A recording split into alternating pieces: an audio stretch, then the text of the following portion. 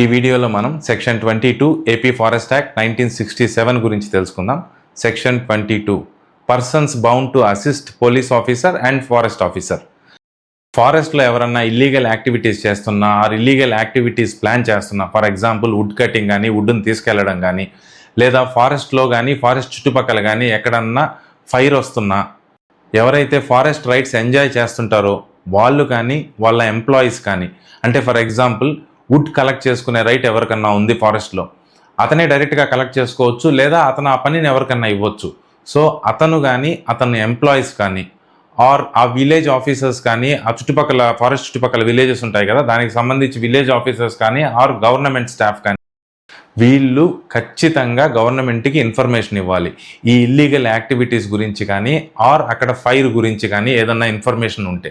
ఒకవేళ ఫైర్ కానీ వీళ్ళు చూసి గొమ్మగా వెళ్ళిపోతే అది కూడా నేరమే అనమాట. అక్కడ ఫైర్ ఉంది అని తెలిసినప్పుడు దాన్ని ఆపేదానికి ఏదో ఒక స్టెప్స్ వీళ్ళు తీసుకోవాలి.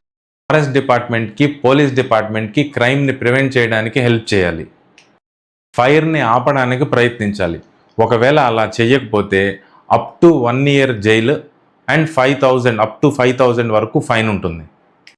All about this section. Thank you.